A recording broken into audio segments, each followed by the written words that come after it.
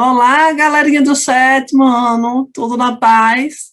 Estão se cuidando, se protegendo, não esquecendo de estudar, de fazer todas as atividades dos seus professores. Então, vamos lá para mais uma aula de geografia. Então, nossa aula de hoje, nós vamos revisar, né? Revisar o conteúdo da aula passada, certo? Então, nós vamos falar aí um pouquinho, né, sobre planalto, planície, hidrografia, vamos falar um pouquinho desses temas. Então, antes de iniciarmos nossa aula, lembrando que deve ser pegar o quê? Material. Né? Sem o material não tem como estudar. Então, peguem o livro de vocês, o caderno, a caneta e o lápis, certo? Então, devem fazer suas respectivas anotações certinho e depois passar para os seus professores. Vamos lá, hoje é dia de revisão, certo? Revisão. Então, vamos lá, as formas de relevo. Aqui nós temos as principais estruturas de relevo do nosso Brasil, certo? As principais são planalto, planície e depressão. Lembra da aula passada? Então, planícies, poucas irregularidades e forma quase plana, baixas altitudes, até 100 metros, sedimentação constante devido aos movimentos da água, do mar, dos rios e dos lagos. As planícies podem ser planícies litorâneas, planícies fluviais e planícies lacustres. Lembra que eu falei sobre planície, né, um local que recebe, né, são chamados de depósitos de sedimentos. É um local, né, quando vocês estudaram lá do primeiro ou quarto ano, o conceito de planície é bem básico, um local plano relativamente baixo. Então, lembra que ele passa por todo o processo, né, de receber essa sedimentação, a sedimentação que vem, né, da ação da água, do mar, do rio, certo? Dos lagos, da própria chuva, que vai depositando os sedimentos nas regiões mais planas. Depressões. As partes mais baixas em relação às formas de relevo que as circundam, apresentam uma leve inclinação e são também caracterizadas por um processo de erosão, que é um aspecto determinante na sua formação. Quando as depressões se encontram abaixo do nível do mar, recebem o nome de depressão absolutas. Então, nós temos no Mar Morto, na Ásia, um exemplo de depressão absoluta. Ele está metros abaixo do nível do mar. Então, lembra do livro de vocês, aí tem no livro de vocês, falando dessa questão do relevo, né, dessa inclinação, dessa leve inclinação, desses altos e baixos, né, são características de depressões. Planaltos, são terrenos com altitudes variáveis, nos quais ocorrem formas variadas de relevos, como chapadas, morros, colinas e serras. Os planaltos brasileiros sofrem muito desgaste em consequência da ação dos agentes externos, ou seja, da água da chuva, dos rios e também dos ventos. Os planaltos mais extensos são os planaltos e chapadas da Bacia do Paraná, os planaltos e chapadas da Bacia do Parnaíba, os planaltos e Serra do Atlântico Leste e do Sudeste. Então, nós temos aqui a imagem, vocês observam aí, as serras, que são conjuntos de morros com relevo bastante desgastado, muito influenciados por processos tectônicos do passado geológico e esculpidas pela erosão. Então, tem todas as características, né, do processo de erosão, né, que eles podem sofrer. Então, o processo de erosão ele pode ser um processo, né, natural, a ação da água, né, a ação da chuva, a ação do próprio clima, temperaturas altíssimas, que podem estar erodindo esse relevo. Então, aqui nós temos mais um tipo, né, de relevo, que são os planaltos, que tem característica de quê? Altitudes variadas. Então, nós temos locais que são caracterizados de planalto, locais que são altos e planos, são chamados de morros, né, morros planos. Vamos para o próximo tópico. Dando continuidade aí às características do Brasil, agora nós vamos para a parte hidrográfica, né, vamos para as bacias hidrográficas do nosso Brasil. Então, nós temos, lembra do contexto lá, tem um mapa no livro de vocês, que hoje eu coloquei uns slides diferentes, né? Porque nós temos outro vídeo que já foi com os slides do vídeo. Aqui, como é mais resumido, nós estamos fazendo uma revisão, certo? Então, nós temos no nosso Brasil uma grande quantidade de rios, né? Reunidos em conjuntos conhecidos como bacias hidrográficas. Então, nós temos as principais bacias hidrográficas: a Bacia Amazônica, Tocantins, Araguaia, São Francisco, Platina, formada pelas bacias do Paraguai, Paraná e Uruguai. E nós temos aqui, né, nós temos as principais e nós temos as bacias que são chamadas de bacias secundárias. São as bacias Norte e Nordeste, a bacia do Leste e a bacia Sul-Sudeste. Então, observe aí no gráfico, né, o gráfico de pizza, aí o formato de pizza, e aí vocês observam qual é a bacia hidrográfica que tem um maior potencial, né, de água, é a bacia amazônica. Então, nós temos aí 45,7% né, de água nessa bacia hidrográfica. Então, nós temos aí uma significância muito grande. Aí nós temos Tocantins, nós temos a bacia do Paraná, né, a bacia do Norte e Nordeste, que também tem uma classificação muito boa, uma porcentagem muito boa, e nós temos as demais. Bacia Amazônica, maior bacia do planeta, vocês já sabem, né, cerca de 64,88% estão em terras brasileiras. Os países, né, que compõem aí, né, que faz parte aí, que a bacia amazônica corta: Brasil, Venezuela, Colômbia, Bolívia, Equador, Guiana Francesa, Peru e Suriname. O principal rio é o qual? É o rio Amazonas, né? Ele também tem outras denominações: Apurimac, Solimões e Amazonas. Grande potencial hidrelétrico. Então, na região da Amazônia tem várias e várias hidrelétricas, né, que essa água do rio também é utilizada para geração de energia. Isso é só alguns lembretes, né? Só recapitulando que vocês já sabem. E aqui é o trecho, né, do rio Amazonas. Observem, né, todo o percurso, né, que ele faz, todo um trajeto que ele faz e que tem uma extensão muito grande. Bacia Tocantins-Araguaia possui 800 mil quilômetros de drenagem. Rios principais do Tocantins e o Araguaia, né, que é 2.115 quilômetros, é o rio secundário da bacia. Apresenta escoamento de grãos com destaque para a soja, né, potencial hidrelétrico, destaque para a usina de Tucuruí, maior totalmente brasileira. Então, nós temos aqui a questão da utilização, né, da bacia Tocantins-Araguaia para escoamento de grãos. Que é isso, professora? Carga e descarga, levar, transportar essa mercadoria por navios. Potencial hidrelétrico, essa questão da implantação, né, de usinas hidrelétricas no percurso, né, da bacia, e que servem para quê? Para geração de energia, certo? A produção de energia.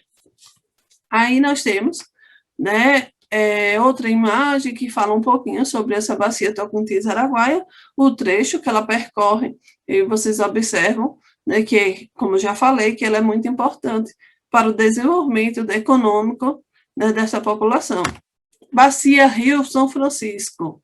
Principal rio São Francisco, nasce na Serra da Canastra, percorre 2.700 quilômetros de extensão, tem sua foz em estuário no Atlântico entre os estados de Alagoas e Sergipe.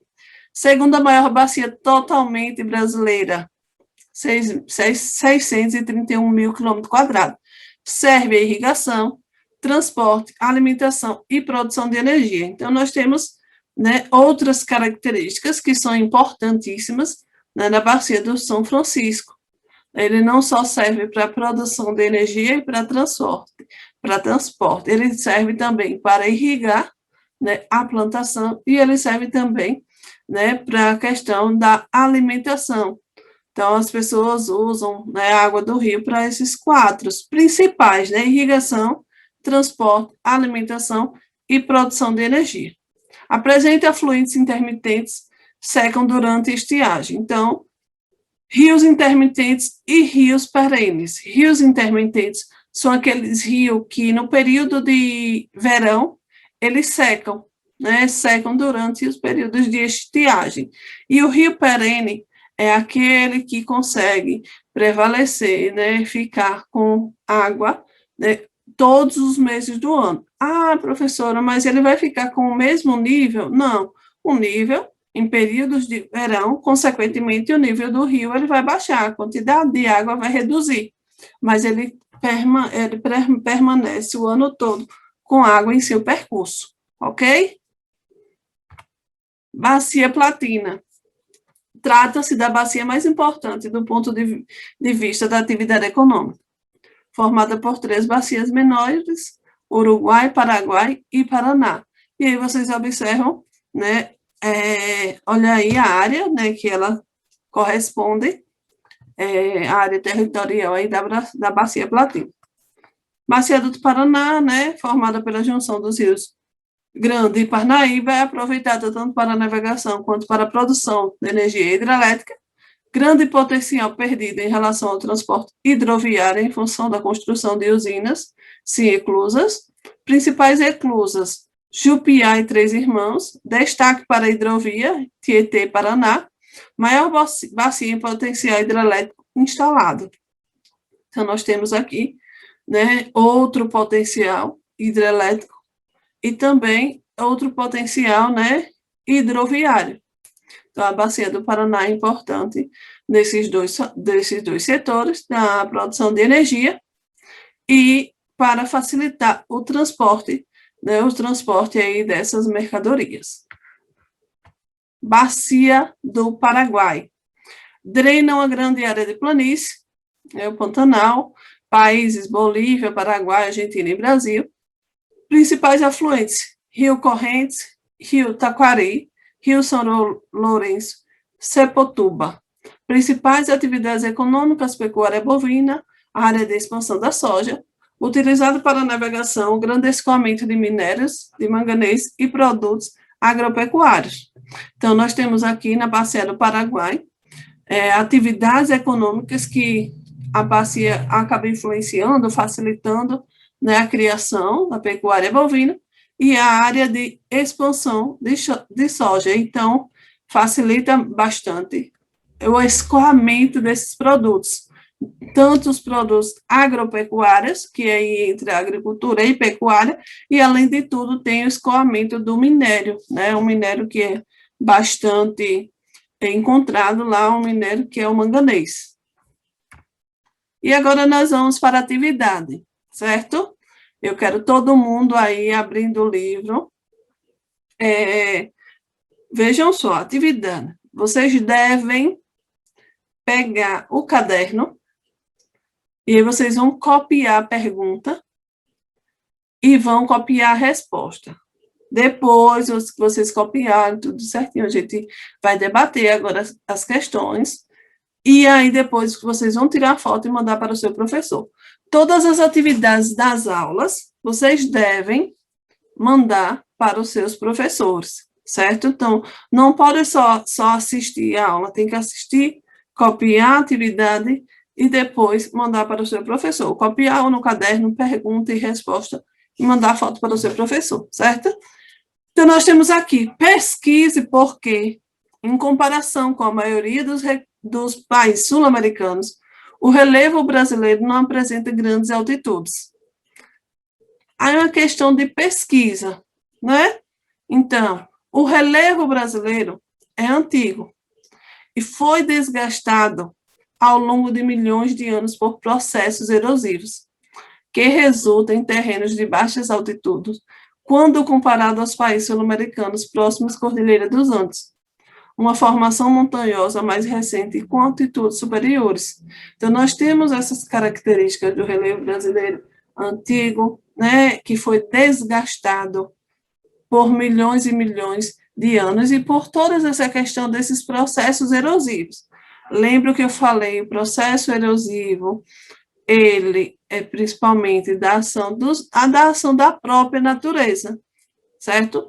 Então, a ação das temperaturas altíssimas, do clima, né, que muitas das vezes é um clima mais quente, e aí acaba, né, dificultando, acaba facilitando a erosão. Aí vem a ação da chuva, né, do vento, essas temperaturas altas, e aí o relevo vai erodindo. Por isso que o relevo ele não consegue ser, né, com essa maior altitude, porque ele acaba sendo desgastado ao longo dos anos, ok? Vamos lá. Deixa eu minimizar aqui rapidinho, para eu tirar essa imagem daqui. Pronto. Fica melhor para vocês visualizarem. Senão fica a minha imagem em cima da pergunta. Então, nós temos aqui, que países fazem fronteiras com o Brasil? O mapa já mostra isso. Né? Aqui está o mapa é a resposta. Essa atividade eu passei na aula passada, lembra? Então, agora nós vamos corrigir. Letra B. Na sua opinião, qual a importância de um país fazer fronteira com diversos países? E aqui nós temos Uruguai, né, as fronteiras com o Brasil. Quais são os países que fazem fronteira com o Brasil? Nós temos Uruguai, Argentina, Paraguai, Bolívia, Peru, Colômbia, Venezuela, Guiana e Suriname. Guiana Francesa é um departamento ultramarino da França e também faz fronteira com o Brasil. Então, nós temos aqui no mapa, como eu falei na aula passada, o mapa vocês têm a resposta. Quais são os dois únicos países que não fazem fronteira com o Brasil aí, certo? Dessa parte da América do Sul. Quais são eles? Alguém lembra que eu falei na aula passada? Equador e Chile, só esses dois países. O restante, todos eles fazem fronteira com o nosso Brasil. Então, na sua opinião, qual a importância desse país fazer fronteira? Né? E aí, deixa eu minimizar novamente. Para eu tirar aqui de cima, porque senão vocês fica a minha imagem. Espera aí, rapidinho. Pronto. E aí, possuir fronteira que se limita com muitos países, permite ao país, no caso que é o Brasil, né, um maior poder de relacionamento diplomático, uma vez que a preservação dos espaços é de interesse comum. Então, possuir essas fronteiras facilita bastante, né, acordos comerciais, facilita bastante esses acordos, esses relacionamentos diplomáticos, né, pela toda essa questão da proximidade. Então, é bom, é importante, né, ter essa grande quantidade de países, né, que fazem fronteira. Vamos para o próximo. Que tipo de formação vegetal, que tipo de formação florestal no Brasil apresenta árvores com folhas grossas adaptadas a temperaturas baixas? Essa vegetação é característica de qual tipo de clima? Vejam só, olha a pergunta. Então, pergunta sobre a formação vegetal, florestal do Brasil, que apresentam árvores com folhas grossas. Um exemplo de árvores com folhas grossas são as matas dos pinhais ou as matas de araucárias, né, que ela é encontrada onde? No sul do Brasil. Então, qual é o tipo, né? Essa vegetação é característica de qual tipo de clima? Ela ocorre em regiões de quê? De clima subtropical. Então, vejam aí, né, a resposta da terceira questão. Então, é característica de um clima o quê? Subtropical. E quais são as matas? Matas do pinhais, matas de araucária. Onde são encontradas? Né, essa grande porcentagem ela é encontrada na região sul do Brasil. Ok? Vamos à próxima. Deixa eu minimizar aqui novamente para tirar ali de... Peraí, calma aí. Senão está ficando muito próximo da imagem, da minha parte aí. Qual tipo de vegetação que forma áreas de pastagem naturais, sendo bastante explorado pela atividade pecuária? Em que estado brasileiro é mais comum esse tipo de vegetação? Que tipo de vegetação é essa que é bastante explorada pelas atividades pecuárias? Quais são os tipos de vegetação? Isso é fácil, né? São os campos. Os campos, eles são explorados pelas atividades pecuárias. porque o campo ele é utilizado para dar o alimento, né, no gado. E aí, em que estado, né? Onde é que acontece com a maior porcentagem? Então, acontece no estado do Rio Grande do Sul, maior porcentagem. Mas, professora, não tem não na região Nordeste? Tem, sim, tem. Claro, mas é a menor porcentagem. Então, a maior porcentagem dessa atividade pecuária será encontrada, né? Os campos serão encontrados na região do Rio Grande do Sul. Ok? Então, nós corrigimos a atividade da semana passada e hoje teve mais duas questões. Tá aí a correção. Vocês devem, como eu já falei, repito, vocês devem copiar as questões, certo? Copiar as respostas que foi debatida aqui com vocês e mandar para o seu professor, ok? Então, nossa aula vai ficando por aqui. Pessoal, continue assistindo todas as aulas, certo? Se você tem um colega que não está assistindo, que não está acompanhando, diga a ele que vai ter nota, vai ter prova, vai ser tudo normal, certo? A questão toda é que vocês, né, estão em casa, mas vocês estão tendo todo um retorno, todo o apoio dos professores. Os professores estão sempre postando as aulas, estão postando as atividades, então estão recebendo as atividades de vocês. Agora está nas mãos de cada um. Então, cada um deve fazer a sua parte, né, para conseguir o seu retorno, o seu sucesso. Né? Se você fizer, o seu sucesso será garantido. Ok? Vamos lá, finalizando minha aula, né? E até a próxima aula. Tchau, tchau. Fiquem em casa, fiquem com Deus. Se cuidem, viu?